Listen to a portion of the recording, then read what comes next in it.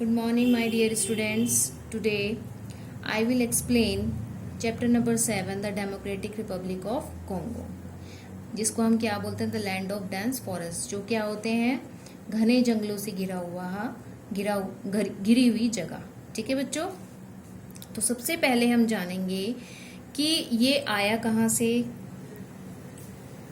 What we are going to study in this chapter, हम इस chapter में क्या क्या पढ़ेंगे। सबसे पहले हम जानेंगे क्लाइमेट के बारे में। डेमोक्रेटिक रिपब्लिक ऑफ कॉन्गो को हम DRC बोलते हैं शॉर्ट में। वेजिटेशन के बारे में, वाइल्ड लाइफ के बारे में, ठीक है, नेचुरल रिसोर्सेज के बारे में, जो पीपल्स हैं वो एग्रीकल्चर कैसे करते हैं यहाँ पर, उसके बारे में। The main means of transport found in DRC, transport क्या क्या है यहाँ पर, इसके बारे में भी हम इसमें जानेंगे। तो फर्स्ट ऑफ ऑल हमें ये जानने की ज़रूरत है कि DRC कहाँ से आया, कैसे आया। तो the Democratic Republic of Congo, जिसको आप DRC भी बोलते हैं, is a country located deep in the heart of the African continent. जो DRC है मेनली ये आया कहाँ से है, ये इक्वेटर के जो बीच वाली लाइन होती है, इक्वेटर जो होती है बीच वाली लाइन होती है नॉर्थ की तरफ, उसको ट्रॉपिक ऑफ कैंसर बोलते हैं, और जो साउथ की तरफ पार्ट होता है उसको ट्रॉपिक ऑफ कैप्रिकॉर्न बोलते हैं। तो आप सभी को पता ही है। इसके आसपास के एरिया को हम इक्वेटोरियल रीजन भी कहते हैं। इस इक्वेटोरियल रीजन को ही अफ्रीका बोला जाता है, जिसे आप देख रहे हैं डेमोक्रेटिक रिपब्लिक ऑफ कॉन्गो, ये अफ्रीका के अंदर ही आता है। ठीक है बच्चों, तो इसे ही डेमोक्रेटिक रिपब्लिक ऑफ कॉन्गो बोलते हैं। इस सिटी का जो क्लाइमेट होता है बहुत ही हॉट और वेट होता है। ठीक है, इसे DRC भी कहते हैं। DRC अफ्रीका कॉन्टिनेंट का सेकंड लार्ज सिटी है, कंट्री है, सबसे बड़ी कंट्री है जो वहाँ पर है। वो है जो सबसे बड़ी कंट्री जो वहाँ पर है वो है अल्जीरिया की जो कहाँ तक फैला हुआ है, वो 23.5 लाख स्क्वायर किलोमीटर तक वो फैला हुआ है, और इस कंट्री के नॉर्थ पार्ट से ही इक्वेटर पास होता है। ठीक है बच्चों, ये एक बेसिक नॉलेज है जो आपको होनी चाहिए। ठीक है, it lies in the torrid zone, ये एक बहुत ही गर्मी वाला जो होता है, बहुत ही भयंकर किस्म की गर्मी जहाँ पर पड़ती है वो वाला एरिया होता है। The equator passes through northern DRC। तो यही मैंने आपको बताया है कि ये कहाँ से गुजरता है, नॉर्थ पार्ट से गुजरता है इक्वेटर, नॉर्थ पार्ट से इक्वेटर पास होता है इसमें। ठीक है बच्चों, यहाँ तक समझ आया आपको। It was ruled by Belgium till it become independent in 1960। ये रूल्ड करते थे, इसमें बेल्जियम जो थे वो रूल्ड करते थे इसमें इंडिपेंडेंट होने से पहले 1960 तक। It was earlier called Belgian Congo. तो इसको हम क्या बोलते थे जब ये इंडिपेंडेंट हो गया था, तो इसको हमने बोला बेल्जियन कॉन्गो बोला हमने इसको। ठीक है, in 1971 its name was change to Zaire. 1971 में इसका नाम चेंज हो गया और इसको हम क्या बोलने लगे, ज़ैरे बोलने लगे। ठीक है, Once again in 1997 its name was changed to the Democratic Republic of Congo। 1997 में इसका फिर दोबारा नाम चेंज हुआ और इसको बोला गया डेमोक्रेटिक रिपब्लिक ऑफ कॉन्गो, जिसकी कैपिटल है किनाशा। क्या बोलते हैं इसकी कैपिटल को, किनाशा। ठीक है, तो मेनली क्या है इसमें, बेल्जियम जो था एक सिटी थी, उसको बोला जब वो इंडिपेंडेंट हुई 1960 में, तो उसका नाम बोला गया बेल्जियन कॉन्गो बोला गया। फिर उसका 1971 में नाम चेंज करके ज़ैरे कर दिया गया इसका नाम। फिर 1997 में फिर दोबारा इसका नाम चेंज हुआ और इसको डेमोक्रेटिक रिपब्लिक ऑफ कॉन्गो का नाम दे दिया गया, और इसकी कैपिटल को हम किनाशा के नाम से जानते हैं। ठीक है, ये बेसिक चीज़ें हैं इस लेसन की। अब जानेंगे कि यहाँ का जो लैंड है वो किस टाइप का है, कैसी यहाँ पे रिवर्स हैं, क्यों इसका नाम ऐसे पड़ा है। The landscape of the country is dominated by the Congo river. Mainly जो डेमोक्रेटिक रिपब्लिक ऑफ कॉन्गो है, ये कॉन्गो रिवर है, जैसे कि आप देख रहे हैं बहुत ही टेढ़ी मेढ़ी सी जा रही है ये इधर, तो इसीलिए इसका नाम कॉन्गो रिवर पड़ा है, क्योंकि इसमें बहुत सारे मोड़ आते हैं। It is the second longest river in America, ये सबसे बड़ी नदी है अफ्रीका के अंदर, and the 7th longest in the world. Africa के अंदर तो ये सेकेंड लॉन्गेस्ट रिवर है, लेकिन वर्ल्ड के अंदर ये 7th लॉन्गेस्ट रिवर के नाम से जानी जाती है। क्या नाम है उस रिवर का? Congo river. आप पिक्चर में देख सकते हैं किस तरह से है ये।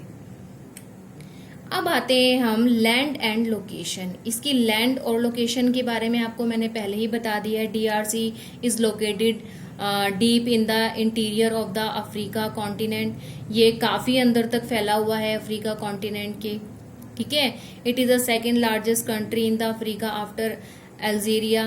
ये सेकेंड लार्ज कंट्री है जिसका नाम अफ्रीका में बोला गया Algeria. It is surrounded by 9 countries. और मेन इसमें क्या चीज है कि ये 9 कंट्रीज से घिरा हुआ है। इसके अंदर कौन सी आती है? 9 कंट्रीज आती हैं। तो उनके नाम हम जानेंगे। सेंट्रल अफ्रीकन रिपब्लिक है, and southern in the north है, सूडान इन द नॉर्थ है, युगांडा है, रवांडा है, तंजानिया है, एंड बरूंदी है इन द ईस्ट। ये सारी किधर आती हैं? ईस्ट के अंदर आती हैं। नॉर्थ के अंदर आती हैं। नॉर्थ के अंदर कौन सी आती है? सेंट्रल अफ्रीकन रिपब्लिक और सूडान, ये नॉर्थ के अंदर आती हैं। ईस्ट के अंदर युगांडा, रवांडा, तंजानिया, बरूंदी, ये सारी आती हैं कंट्रीज। तो 9 कंट्रीज हैं ये बेसिकली, अभी थोड़ी हुई हैं। और वेस्ट की तरफ कौन सी आती है? कोंगो आती है। जम्बिया और अंगोला ये कहाँ पर आती है? साउथ की तरफ आती है। तो 9 कंट्रीज से ये जो डेमोक्रेटिक रिपब्लिक ऑफ कोंगो है ये घिरा हुआ है 9 कंट्रीज से, ठीक है। One of the most important feature of democratic Republic of Congo is the river Congo which is the second longest river in Africa. जो कि मैंने आपको पहले बताया है कि यहाँ पर बहुत लंबी रिवर है वो, जिसका नाम क्या है? कोंगो रिवर, जो पिक्चर में भी मैंने आपको दिखाई थी, ठीक है। और इसमें बहुत सारी लेक्स भी हैं। The river Congo is called the highway of the central Africa, जिसको हम क्या बोलते हैं? Highway of the central Africa, क्योंकि वो इसी तरीके से टेढ़ी मेढ़ी होकर जा रही है तो इसलिए उसको हाईवे भी बोला जाता है। The Albert, Kivu, Edward and Tanganyika are the major lake of this country. इसमें बहुत 4-5 लेक्स हैं जिनके नाम मैंने आपको अभी मेंशन किए हैं। ये 4-5 लेक्स हैं जो यहाँ पर हैं, काफी अच्छी लेक्स हैं। This lakes lies along the eastern boundaries of the country. और ये जो लेक्स हैं ये कहाँ पर लाइज करती हैं, कहाँ पर रहती हैं? हमेशा eastern boundaries of the country, ठीक है। डेमोक्रेटिक जो कंट्री है, जो डेमोक्रेटिक रिपब्लिक ऑफ कोंगो है, इसके ईस्टर्न बाउंड्रीज में 4 लेक्स आती हैं। कौन सी आती हैं? अल्बर्ट, कीबू, एडवर्ड और तंगानिका, ठीक है। तो ये 4 रिवर लेक्स हैं जो यहाँ पर ईस्टर्न बाउंड्रीज में आती हैं। किसके? डेमोक्रेटिक रिपब्लिक ऑफ कोंगो में, ठीक है बच्चों। यहाँ तक समझ आया? अब आते हैं यहाँ का क्लाइमेट कैसा होता है।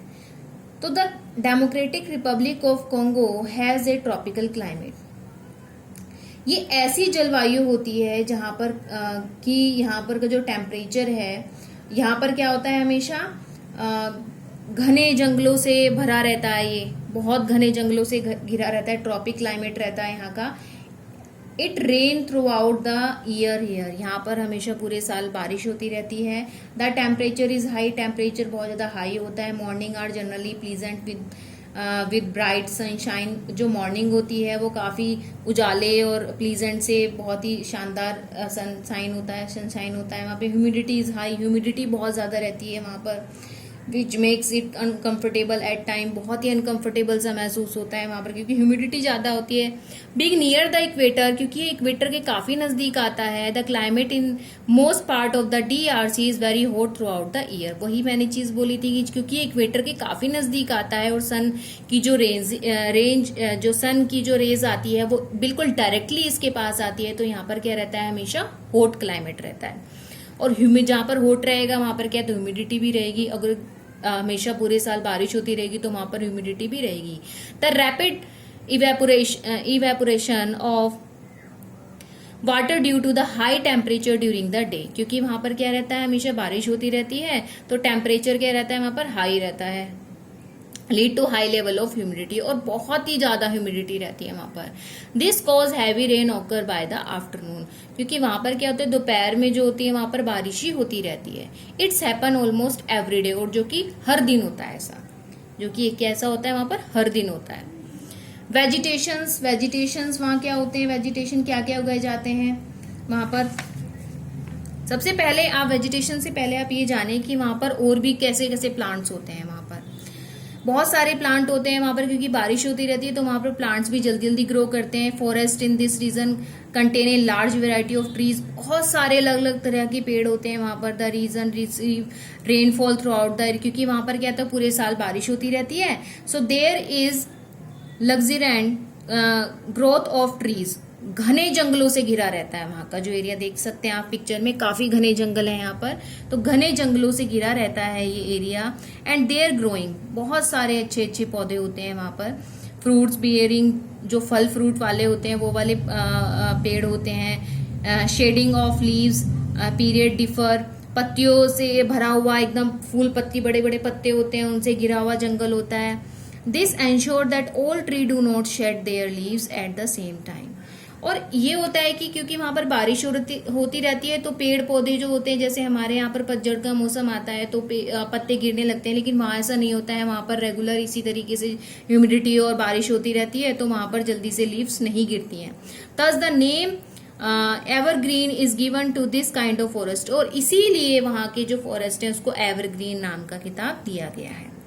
It typical feature of this region is that the forest are found in several layers, क्योंकि इसमें बहुत सारे फीचर्स हैं। क्यों है वहां पर? क्योंकि ये कई लेयर से घिरा हुआ है, बहुत सारी परत हैं इस वाले फॉरेस्ट में।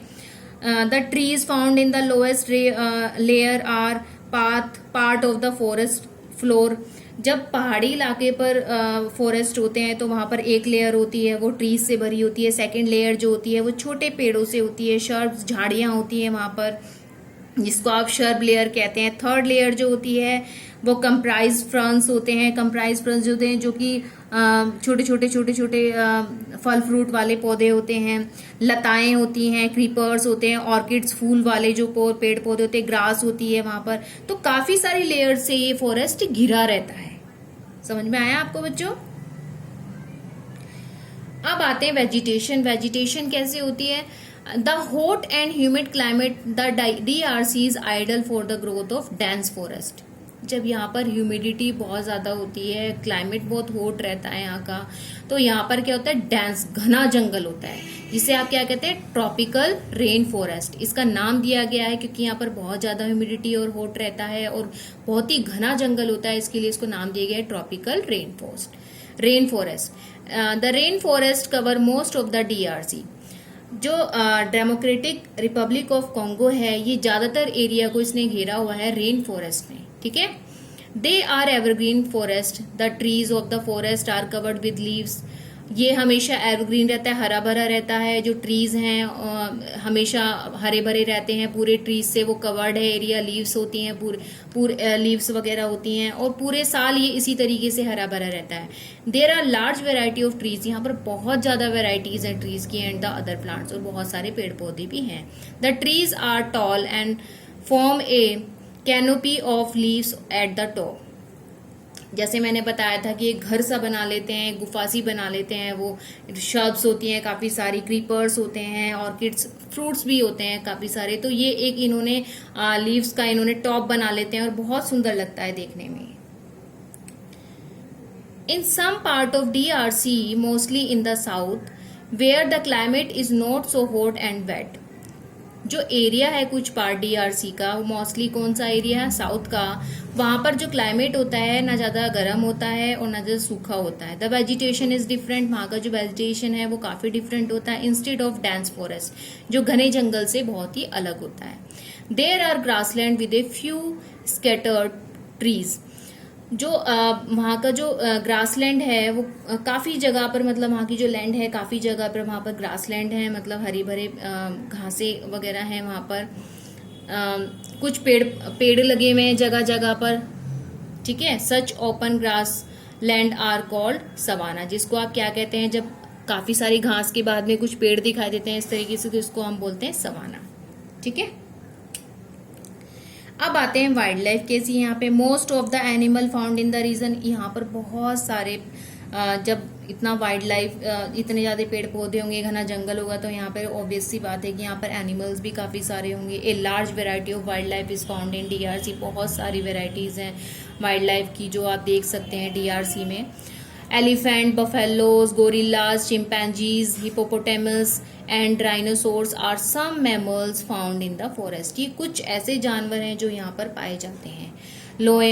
Lions, leopard, giraffes, zebras, wolves, elephants and chimpanzees roam the savannas. और जो ये मैं आपको बता रही हूँ लायंस वगैरह जो हैं, ये ग्रासलैंड वाला जो एरिया मैंने आपको बताया था, कौन सा एरिया, इधर ये वाला एरिया, यहाँ पर पाए जाते हैं ये लायंस वगैरह जो होते हैं, चिंपैंजीज जो होते हैं। There are many types of bird and insects in the forest. बहुत सारे टाइप के यहाँ पर बर्ड्स होती हैं, इंसेक्ट्स भी बहुत सारे होते हैं इस फॉरेस्ट के अंदर। Among the insect is found the tent fly, which cause the dreaded sleepy sickness। यहाँ पर बहुत मतलब खतरनाक वाले भी इंसेक्ट्स होते हैं, ठीक है ना, जो कि बहुत ज़्यादा नुकसान पहुंचा सकते हैं। अब आते हैं नेचुरल रिसोर्सेज, या हम किसको कहते हैं इकोनॉमिक रिसोर्सेज भी। DRC has rich natural resources. DRC भंडार है नेचुरल रिसोर्सेज का। There are vast deposit of copper. यहाँ पर बहुत ज़्यादा मात्रा में कॉपर पाई जाती है, कोबाल्ट पाया जाता है, गोल्ड पाया जाता है, यूरेनियम पाया जाता है, डायमंड्स पाए जाते हैं। वो किस एरिया में पाए जाते हैं, सदर्न DRC में। कहाँ पाए जाते हैं, सदर्न DRC में। It has world's largest deposit of cobalt. ये सबसे लार्ज डिपॉजिट माना जाता है कोबाल्ट में, ठीक है। It has world largest deposit of cobalt. यहाँ पर कोबाल्ट का सबसे बड़ा लार्जेस्ट डिपॉजिट माना जाता है, ठीक है। Most of the minerals are exported. बहुत सारे मिनरल्स बाहर भी भेजे जाते हैं यहाँ से लेकर के। Water is another important natural resources या इकोनॉमिक रिसोर्सेज। तो वाटर जो है यहाँ का इम्पोर्टेंट नेचुरल रिसोर्स है, क्योंकि वाटर आता है यहाँ पर, रेन काफ़ी होती है, ठीक है। तो ये हो गई इसकी इकोनॉमिक, या आप बोल सकते हैं नेचुरल रिसोर्सेज। उसके बाद आता है इंडस्ट्रीज कौन कौन सी पाई जाती हैं यहाँ पर। Industries in the Democratic Republic of Congo is rich in mineral like gold, diamond. ये जो गोल्ड और डायमंड मिलते हैं ये इंडस्ट्री से रिलेट करते हैं। ये बाहर जो इम्पोर्ट होते हैं ये इंडस्ट्री को इम्पोर्ट होते होंगे, और यहीं से यहाँ के लोगों का इनकम ऑफ सोर्स चलता है। डैम्स वगैरह भी हैं यहाँ पर काफ़ी सारे, जहाँ से आप इलेक्ट्रिसिटी लेते हैं। यहाँ पर हाइड्रो इलेक्ट्रिसिटी मिलती है यहाँ पर। These produce by hydro electricity, जो डैम वगैरह है, क्योंकि पानी ज़्यादा है इसलिए डैम भी इंपॉर्टेंट है यहाँ पर। अब आते हैं एग्रीकल्चर। एग्रीकल्चर में यहाँ पर क्या क्या होता है। The major food crop grown are cassava, maize and rice. Coffee, cocoa, rubber and cotton are also grown and most of these are exported. ये सारी चीज़ें होती हैं और इनको ये अपने बिजनेस के तौर पे भी यूज़ करते हैं, बाहर भी एक्सपोर्ट करते हैं। पीपल जो हैं यहाँ के, पीपल जो हैं वो क्या करते हैं, लाइफ ऑफ पीपल कैसी है यहाँ की। Only about 30% of the people living in city. यहाँ के जो 30% लोग हैं DRC के, वो सिटी में केवल कितने लोग रहते हैं, 30% लोग रहते हैं। The rich city develop life in house and apartment and drive cars. जो रिच सिटी हैं, जो मतलब पास में जो सिटीज़ हैं, वहाँ की जो लाइफ है, कैसे लोग वहाँ पर रहते हैं, हाउस में रहते हैं, अपार्टमेंट्स में रहते हैं और कार भी ड्राइव करते हैं। But the poor live in crowded unhealthy condition in slums. छोटी छोटी झुग्गी झोपड़ियों में रहते हैं जो पुअर लोग होते हैं। रिच लोग तो अपने रह लेते हैं अपार्टमेंट्स में, हाउस में, और जो पुअर लोग होते हैं वो काफ़ी भीड़ भाड़ वाले क्राउडेड एरिया में रहते हैं। अनहेल्दी कंडीशन है उनकी, स्लम्स में रहते हैं, छोटी छोटी झुग्गी झोपड़ियों में रहते हैं। Villagers live in thatched huts. छोटी छोटी हर्ट्स होती हैं उनकी, सेपरेट ट्राइब्स और ग्रुप, क्योंकि उनके जो ट्राइब्स होते हैं और ग्रुप्स होते हैं वो अलग अलग होते हैं। Each having own custom. हर एक का पहनावा अलग अलग होता है क्योंकि ट्राइब्स उनकी अलग अलग हैं, ठीक है। There are about 200 tribes in the DRC। 200 tribes के लोग, अलग अलग जनजाति के लोग हैं वहां पर DRC में। The most well known inhabitant of DRC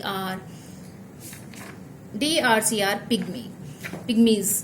तो पिग्मीज एक्चुअली होते कौन है, उन्हें आप बम्बू टी भी कहते हैं, बैम्बू टी भी कहते हैं, जो कि ऐसे लोग होते हैं कि मतलब कुछ टाइम के लिए यहाँ रह रहे हैं, कुछ टाइम के लिए कहीं और रह रहे हैं जहाँ उनको फूड मिलता है, कुछ टाइम के लिए वहाँ रहते हैं वो लोग, फिर शॉर्ट टर्म के लिए रहते हैं, उनकी हाइट थोड़ी कम होती है, they get their food by hunting animals, वो अपना जो फूड होते हैं वो किससे शिकार करते हैं एनिमल्स का, उससे पाते हैं, गैदरिंग प्लांट फूड, जो अपने आप उग जाते हैं प्लांट्स, उनसे फूड ले लेते हैं, दे लिव इन कैंप्स, और वो कैंप्स के अंदर रहते हैं, which they occupy for only a few weeks, लेकिन वो कितने दिन के रहते हैं, कुछ ही दिन के लिए रहते हैं, मैंने वही बोला बंजारा टाइप लाइफ होती है उनकी।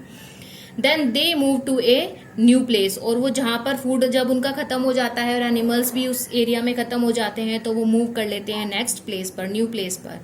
दे make huts out of branches and leaves, वो हट बनाते हैं, किससे बनाते हैं, ब्रांचेस और लीव्स से, अपनी जो घर बनाते हैं वो छोटे छोटे जो घर बनाते हैं परमानेंट नहीं होते हैं, वो कुछ टाइम के लिए होते हैं, वीक्स के लिए होते हैं, वो किससे बनाते हैं, ब्रांचेस और लीव्स से।